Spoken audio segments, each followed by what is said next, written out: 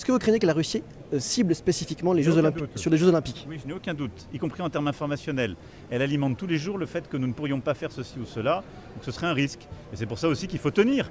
Et la force d'âme, la confiance en soi, le rapport à la vérité sont la force des démocraties et des grandes nations. Donc ce qui vaut pour les infrastructures vaudra pour la sécurité, les transports. Dire aux athlètes russes et aux Biélorusses qu'ils ne sont pas les bienvenus à Paris. Des cérémonies d'ouverture et de clôture. Et donc on doit avoir confiance en nous. Sur les athlètes russes et biélorusses, Madame la maire de Paris a dit qu'ils n'étaient pas les bienvenus à Paris.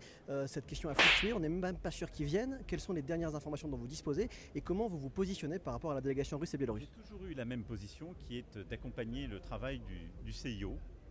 Et c'est l'engagement que j'ai pris quand nous avons accueilli ces Jeux. C'est-à-dire que c'est le comité international olympique qui, en concertation avec ces fédérations, prend en responsabilité ces décisions parce que ce sont des décisions sportives.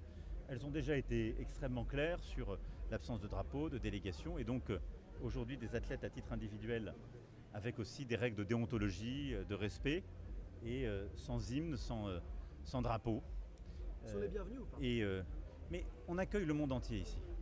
On n'est même pas sûr qu'ils viennent. Et on l'accueille dans l'esprit olympique. On n'est même pas sûr qu'ils viennent.